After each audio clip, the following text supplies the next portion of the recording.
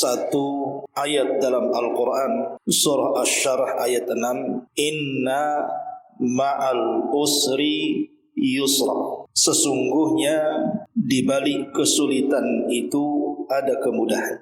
Seringkali dalam kehidupan kita banyak mengalami kesulitan.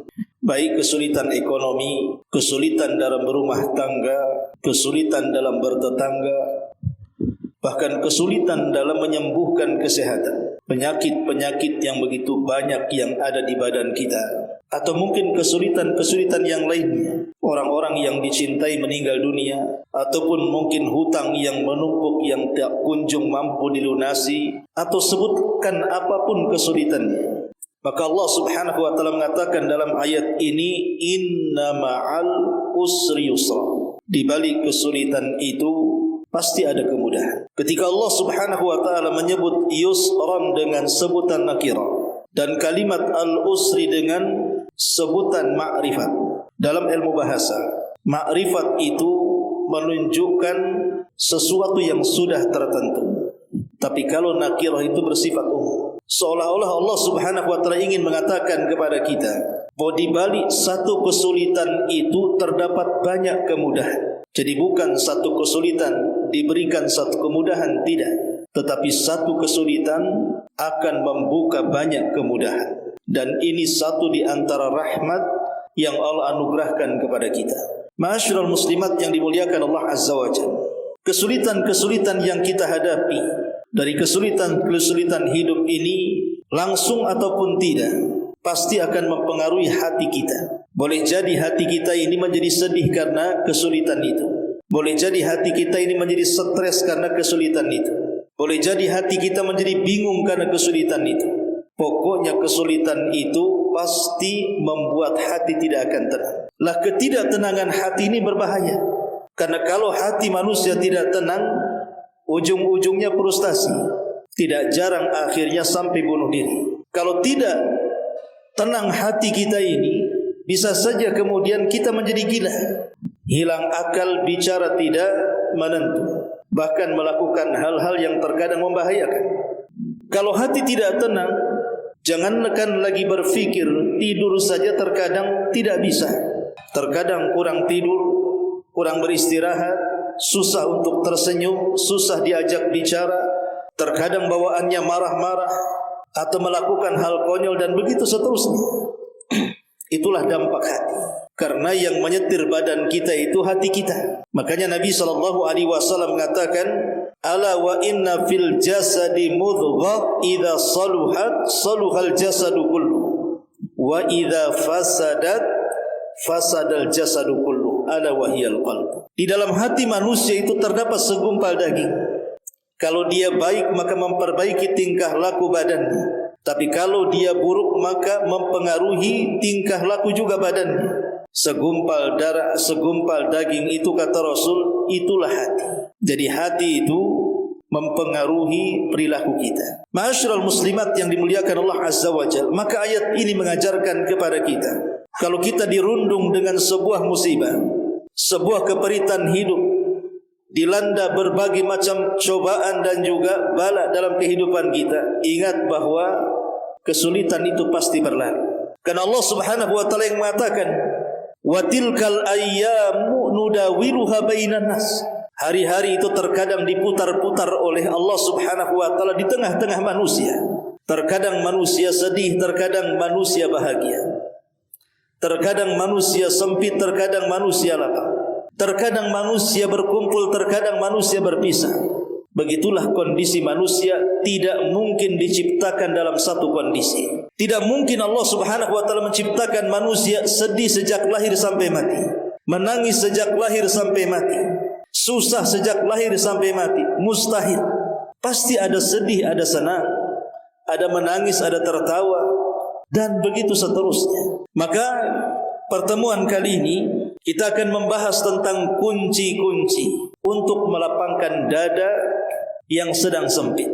dada yang sedang sedih, dada yang dipenuhi dengan kekalutan, stres, kebimbangan, kebingungan dan begitu seterusnya, yang tak jarang akhirnya menghancurkan kehidupan pribadi, keluarga dan juga masyarakat.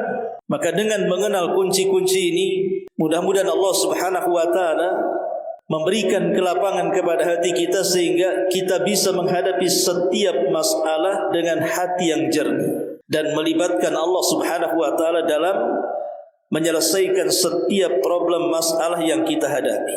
Lalu apa saja kunci-kunci itu? Al-miftahul awal, kunci yang pertama tentunya, jangan pernah seseorang itu melakukan kesyirikan. Jauhi dari kesyirikan. Jangan sampai kalau ada orang dilanda musibah datang ke dukun, ataupun percaya kepada tangkal-tangkal dan jimat, atau percaya kepada khurafat-khurafat, itu tidak membuat hati tenang, justru membuat hati semakin stres. Dari Asma binti Umays radhiyallahu anha, dia mengatakan Nabi SAW bersabda, "Ala uallimuki kalimatin taqulihinna indal karbi aw fil karbi. Allahu Allahu Rabbi la usyrik bi syai'an." Kata Nabi SAW kepada Asma bintu Umays radhiyallahu anha, "Maukah ku ajarkan kepadamu wahai Asma beberapa kalimat yang kalau engkau membaca beberapa kalimat ini dan dirimu sedang ada banyak masalah, dirundung dengan banyaknya problem dan permasalahan hidup." Maka Nabi SAW mengatakan, "Allahu Allahu Rabbi la usyrik bihi syai'an." Ya Allah, ya Allah, ya Rabbku, aku tidak akan menyekutukan dirinya dengan apapun. Artinya di sini Nabi SAW mengajarkan lafaz kepada Asma bintu Umays yang kandungannya adalah agar kita menjauh dari kesyirikan. Karena syirik itu menjadikan hati kita tidak akan tenang dan tidak akan lapang. Justru sebaliknya kesulitan-kesulitan itu semakin menjadi-jadi dan menjadi tambah beban bagi kehidupannya. Ini yang pertama, jauhi kesyirikan. Ma'asyiral muslimat yang dimuliakan Allah Subhanahu wa taala. Kemudian yang kedua, perbanyaklah salawat kepada Nabi sallallahu alaihi wasallam. Memperbanyak salawat kepada Nabi sallallahu alaihi wasallam. Disebutkan dalam hadis Ubay ibn Ka'ab radhiyallahu anhu, dia mengatakan, "Wahai Rasul, sesungguhnya aku sangat banyak menyebut-nyebut namamu dalam salawat. Maka berapa kali aku sebut namamu atau bersalawat di dalam doaku?" Maka Nabi SAW mengatakan, "Terserah engkau." Kemudian Ubay ibn Ka'ab, "Bagaimana kalau seandainya 1/4 doaku aku gunakan untuk bersalawat kepadamu?" Maka Rasul mengatakan, "Terserah engkau, jika engkau mau menambahnya itu lebih baik lagi." Kemudian Ubay ibn Ka'ab mengatakan, "Bagaimana kalau ku jadikan separuh dari doaku salawat bersamamu?" Maka Rasul mengatakan, "Masyi' fa in zitta fa huwa khairun lah." Terserah engkau, kalau seandainya engkau mau menambahnya itu lebih baik bagimu. Maka kemudian Ubay ibn Ka'ab mengatakan, "Bagaimana kalau 2/3 doaku ku gunakan untuk salawat kepadamu?" Maka Nabi SAW mengatakan, "Terserah engkau, jika engkau mau menambahnya itu lebih baik bagi kamu." Maka Ubay ibn Ka'ab mengatakan, "Bagaimana kalau seluruh doaku ku jadikan salawat kepadamu?" Maka Nabi SAW mengatakan, "Idzan tughfa hammuk wa yughfar laka dzambuk." Kalau engkau lakukan seperti itu wahai Ubay, kalau begitu seluruh kesulitan-kesulitan kamu, seluruh kebingungan-kebingungan kamu, stres kamu, gundah gulanamu, semua akan dicukupkan. Artinya semua akan diuraikan, akan dihilangkan. Begitu juga dosa-dosamu akan diampuni oleh Allah Subhanahu wa taala. Lihat Nabi SAW menyebutkan kepada Ubay ibn Ka'ab tentang fadlu as-salawat ala Nabi SAW, keutamaan bersalawat kepada Nabi. Maka siapapun yang memperbanyak salawat kepada Nabi SAW, Rasul mengatakan, "Idzan tughfa hammuk." Kalau begitu seluruh kesulitanmu semua akan diuraikan dan akan dihilangkan. Inilah janji Nabi SAW kepada umatnya yang memperbanyak salawat kepada Nabi SAW. Kemudian yang ketiga, memperbanyak doa yang diajarkan Nabi SAW. "Allahumma rahmataka arju fala takilni ila nafsi tarfata ainin wa aslih li sya'ni kulli la ilaha illa anta. Ya Allah, karena rahmat-Mulah aku mengharap.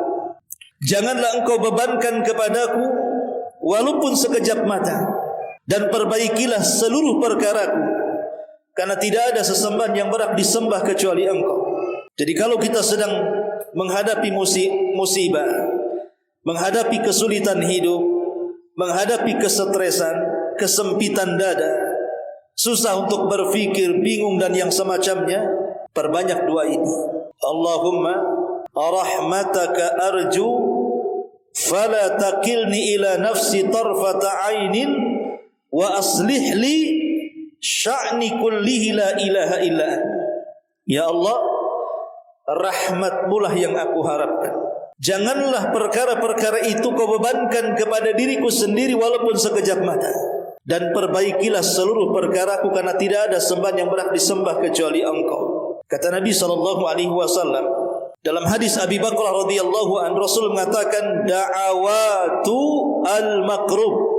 Doa ini disebut doa penghilang kesulitan. Jadi Rasul menyebutkan lafaz doa ini adalah penghilang setiap kesulitan, setiap masalah dan problem. Karena di sini ada lafaz dalam doa ini, fala takilni ila nafsi tarfata ainin. Ya Allah, jangan Kau bebankan seluruh urusanku kepadaku sendiri walaupun sekejap mata.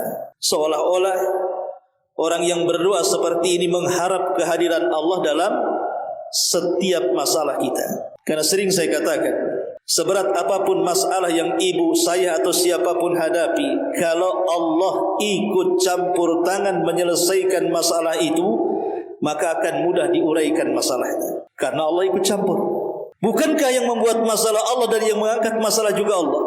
Maka libatkan Allah dalam setiap masalah kita.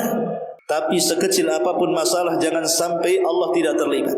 Sebab terkadang kecilnya masalah, kalau Allah tidak terlibat, tidak mungkin kita keluar dari masalah itu. Karena sekali lagi masalah itu datang dari Allah Subhanahu wa ta'ala. Maka saat kita dalam kondisi kesulitan, berdoalah, Allahumma rahmataka arju fala takilni ila nafsi tarfata ainin wa aslih li sya'ni kullihi la ilaha illa anta. Ini yang ketiga. Yang keempat, banyak-banyaklah membaca hasbunallah wa ni'mal wakil. Saat ibu menghadapi banyak masalah, banyak kesulitan, dirundung problem dan yang semacamnya, perbanyak doa hasbunallah wa ni'mal wakil. Cukuplah bagi Allah sebagai pelindung, karena Dia zat yang paling baik saat melindungi hambanya. Di dalam surah Al-Imran ayat 173 sampai 174, Allah Subhanahu wa taala berfirman, alladzina qala lahumun nasu innan nasa qad jama'u lakum fahshawhum fazadahum imanan wa qalu hasbunallah wa ni'mal wakil fanqalabu bi ni'matin minallahi wa fadlin lam yamsashum su'. Orang-orang yang berkata kepada mereka, sesungguhnya manusia telah berkumpul untuk menyerang kalian, takutlah kalian kepada mereka. Maka yang ditakut-takuti justru bertambah imannya, dan mereka mengatakan, cukuplah Allah sebagai pelindung kami, karena Dia sebaik-baik pelindung. Maka berubahlah kondisinya. Yang tadinya mencekam kesulitan, datang kenikmatan dari Allah dan karunia, dan mereka tidak disentuh dengan keburukan. Ayat ini menceritakan tentang kesulitan Nabi SAW dan para sahabat akibat kekalahan di perang Uhud. Jadi dalam perang Uhud itu, kaum muslimin kalah. Begitulah Allah memutar-mutar, hari terkadang menang, terkadang kalah. Jadi di perang ini Nabi SAW sampai masuk ke dalam perangkap, bahkan diisukan meninggal. Bahkan gerhamnya kemudian retak dan pipinya luka. Kemudian Rasul pun diselamatkan oleh banyak para sahabat, akhirnya menjauh daripada musuh. Setelah kemudian Rasul menjauh daripada musuh, tentu musuh yang mendapatkan kemenangan merasa bangga dan sombong. Kemudian mengirim surat pesan kepada Nabi SAW, mengisukan bahwa mereka akan datang dengan pasukan yang banyak dan akan menyerang kota Madinah. Bayangkan habis kalah, tiba-tiba pasukan musuh akan ditambah jumlahnya dan akan mengalahkan dan menghabisi Rasul dan para sahabatnya. Maka ketika mendengar berita tentang kedatangan musuh yang sangat besar, Rasul sallallahu alaihi wasallam ingin membangkitkan semangat para sahabat. Maka Nabi sallallahu alaihi wasallam mengatakan, hasbunallah wa ni'mal wakil.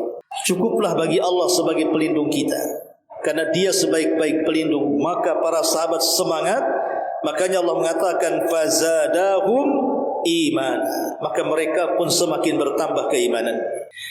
Maka lafaz hasbunallah wa ni'mal wakil ini pernah diucapkan juga oleh Nabi Ibrahim saat dilempar ke dalam api. Ketika jasad Ibrahim melayang-layang dan hampir masuk ke dalam kobaran api, dia pun kemudian mengatakan hasbunallah wa ni'mal wakil. Cukuplah Allah sebagai pelindungku, karena Dia sebaik-baik pelindung.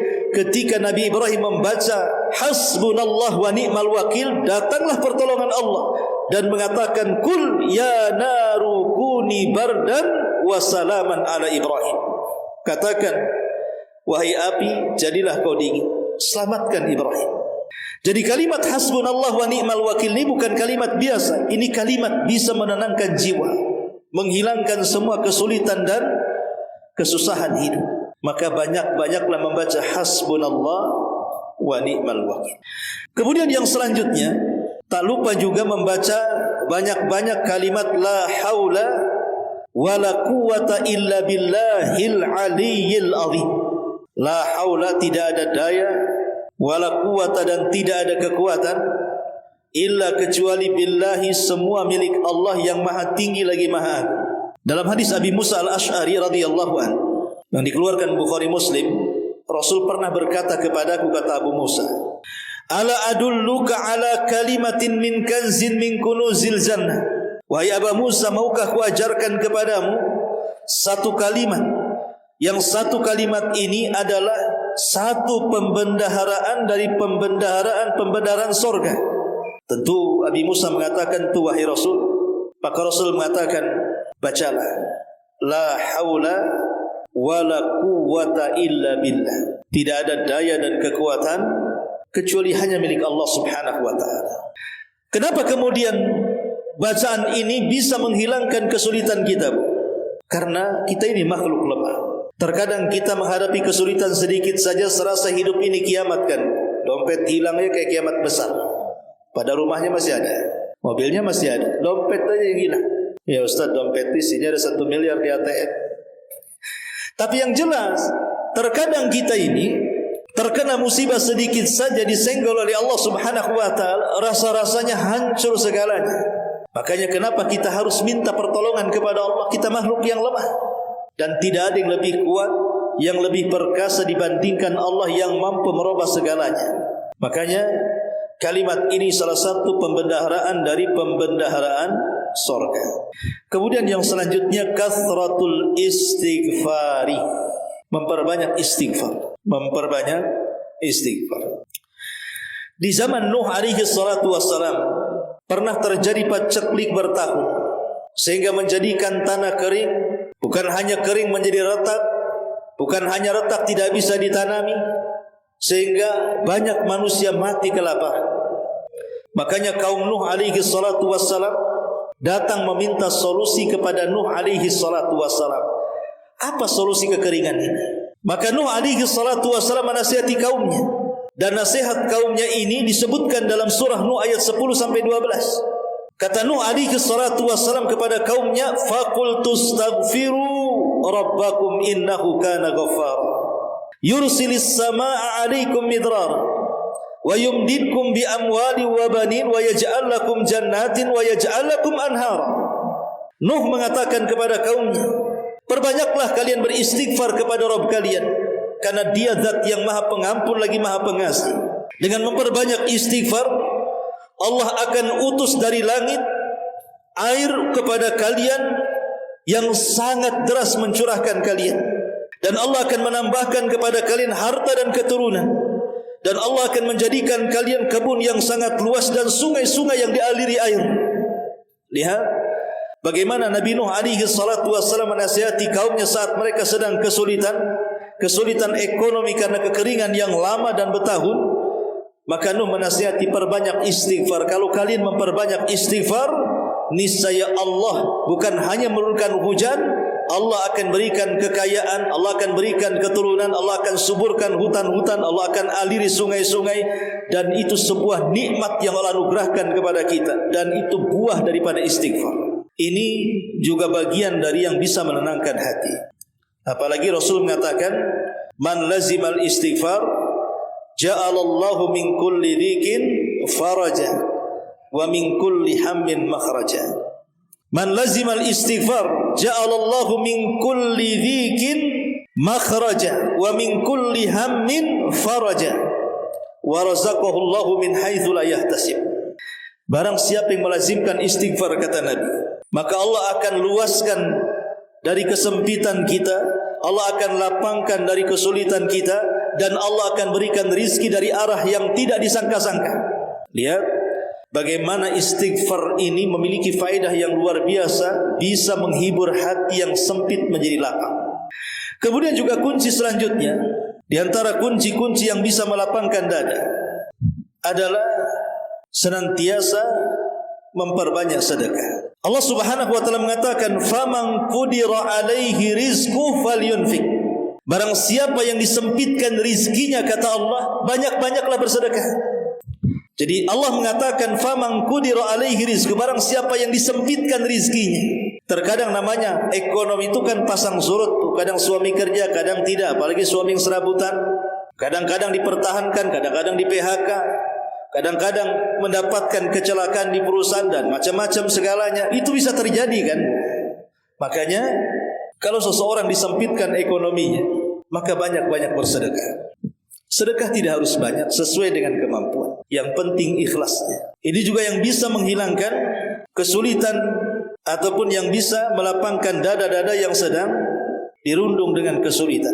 Kemudian juga selain daripada itu adalah sidqut tawakkul 'ala Allah azza wa jalla. Betul-betul bertawakal, menyandarkan diri kepada Allah Subhanahu wa taala. Tidak pernah mengeluh kepada siapapun kecuali kepada Allah. Karena umumnya di masyarakat, terutama orang-orang awam, Bu, kalau ada kesulitan itu mesti mengeluhkan, Bu. Entah mengeluh kepada suaminya, kepada istrinya, kepada orang tuanya, kepada temannya, kepada tetangganya, bahkan kepada handphonenya, kepada Facebooknya, kepada TikToknya, kepada YouTubenya, kepada macam-macam media dalam handphone itu. Harusnya ketika ada masalah jangan keluhkan kepada makhluk. Makhluk itu tidak menyelesaikan masalah. Jadi kalau kita ditimpa masalah, yang pertama kali tengadahkan tangan ke langit, minta agar masalahnya diselesaikan. Adapun kawan, orang tua, pasangan, anak, saudara, tetangga, itu hanya sekedar sebab saja. Yang mengangkat masalah itu Allah. Mereka hanya menghibur saja. Maka sandarkan kepada Allah Subhanahu wa taala dengan cara tawakal, karena Allah mengatakan wa man yatawakkal 'alallahi fahuwa hasbuh. Siapapun yang bertawakal kepada Allah maka dia akan dicukupi. Maksudnya akan dicukupi, tidak ada yang bisa menyakitinya, tidak ada yang bisa memadaratkannya. Hajat-hajatnya akan dicukupi, seluruh gundah gulananya akan diuraikan, dan begitu seterusnya. Kemudian juga yang selanjutnya adalah yang bisa menghilangkan itu semua, tarkul ma'asi wadh-dhunub. Tinggalkan maksiat dan tinggalkan perbuatan dosa. Kenapa? Karena yang menghalangi rizki itu adalah dosa. Kenapa hati kita tidak pernah tenang dan tidak pernah lapang? Kenapa usaha suami tidak pernah lancar, selalu tersendat-sendat di jalan? Kenapa banyak musuh? Kenapa digibahi orang, dibuli, difitnah dan begitu seterusnya? Kenapa ini? Salah satunya adalah karena dampak dosa dan maksiat. Karena dosa dan maksiat itu mengharamkan rizki. Nabi mengatakan innal abda la yahrumur rizqu atau la yuhramur rizqu bidzambi yusib. Sesungguhnya seorang hamba akan diharamkan rizkinya karena dosa yang diperbuatnya, yang dilakukannya. Maka jauhi dosa dan kemaksiatan, maka akan tenang hidup kita. Kemudian selanjutnya adalah asyukru war ridha. Hadapi hidup ini dengan syukur dan ridha. Mau sedikit yang Allah Subhanahu wa taala berikan kepada kita, kita ucapkan alhamdulillah. Mau banyak yang Allah berikan kepada kita, kita katakan alhamdulillah ala kulli halin. Alhamdulillah bi ni'matihi tatimmus shalihat. Katakan pujian-pujian bagi Allah. Jadi orang yang senantiasa bersyukur alias qanaah, menerima apapun takdir dan putusan Allah Subhanahu wa taala, dipastikan hidupnya tenang. Walaupun dia terbaring bertahun sekalipun, walaupun ekonominya gulung-gulung tidak pernah bangkit, walaupun mungkin kehidupannya pun seperti puasa Daud, kadang makan kadang tidak, tapi kalau dia menanamkan syukur dan ridha kepada putusan Allah, maka ketenangannya bisa mengalahkan orang-orang kaya raya yang banyak harta dan pangkat jabatan itu. Maka ini juga di antara kunci lapangnya dada. Dan yang terakhir, tentunya yakinlah bahwa Allah Subhanahu wa taala akan mengabulkan setiap doa-doa kita. Bahwa setiap kesulitan pasti ada kemudahan. Bahkan bukan hanya satu kemudahan, bahkan mungkin banyak sekali kemudahan. Karena Allah Subhanahu wa taala yang paham dengan hambanya. Dia yang menciptakan kita. Dia tidak mungkin membebankan kesulitan di luar kemampuan kita. Dan Allah Subhanahu wa taala pasti satu hari akan datang untuk memberikan kebahagiaan dan menghilangkan kesulitan kepada kita, asal kita banyak melakukan amalan-amalan atau kunci-kunci untuk mendapatkan kelapangan dada tadi. Pertanyaan pun muncul.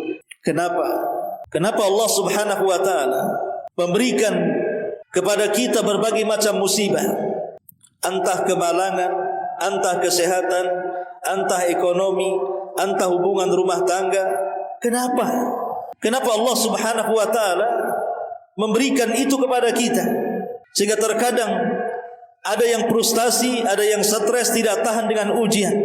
Padahal kalau seandainya dia hadapi ujian itu, tidak mustahil dia bisa menghadapinya. Karena Allah ketika mengirimkan sebuah ujian itu sesuai dengan kadar imannya. Kalau imannya kuat, kuat pula ujiannya. Kalau imannya lemah, lemah juga ujiannya. Tapi terkadang ketika orang hilang iman, banyak orang-orang yang nekat.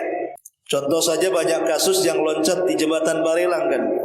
Kalau orang waras dah mungkin loncat di situ kan. Kayak ibu kan lagi waras nih, tak mungkin lah ibu ke Barelang loncat dari jembatan.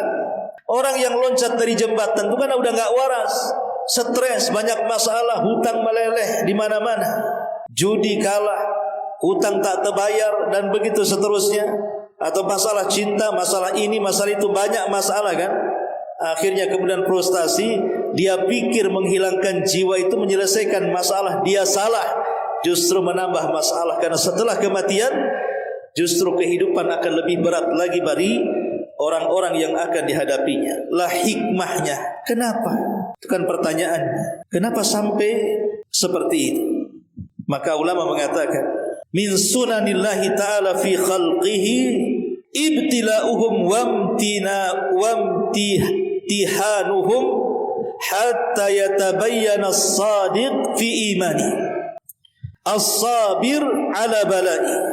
Termasuk daripada sunnatullah terhadap hambanya, di mana Allah memberikan bala kepada mereka dan ujian kepada mereka. Supaya apa? Supaya tampak orang-orang yang jujur keimanannya dan orang yang sabar saat mendapatkan ujian kepadanya. Allah hanya minta kepada kita dari ujian itu, pertama, jadikan peningkatan iman. Yang kedua, jadikan peningkatan sabar. Itu saja. Kenapa Allah berikan ujian sehingga kita sesak dada? Sebenarnya itu menguji kita, meningkat gak imannya, meningkat tak sabarnya. Tapi kebanyakan yang ada justru turun imannya, hilang sabarnya. Tapi orang-orang yang beriman, haruslah mereka tahu bahwa Allah mengatakan dalam surah Al-Ankabut ayat 2 dan 3, ahasiban nas an yutraku an yaqulu amanna wa hum la yuftanun walaqad fatanna alladhina min qablihim fala ya'lamanna Allahu alladhina sadaqu wa la ya'lamanna al-kadhibin. Apakah manusia mengira mereka ditinggalkan begitu saja setelah mengucapkan kami beriman dan mereka tidak diuji? Tidak. Dan sungguh kami telah menguji orang-orang sebelum mereka supaya Allah tahu siapa orang-orang yang jujur dan siapa orang-orang yang dusta dengan keimanannya. Siapa yang jujur dengan kesabarannya, siapa yang dusta dengan kesabarannya.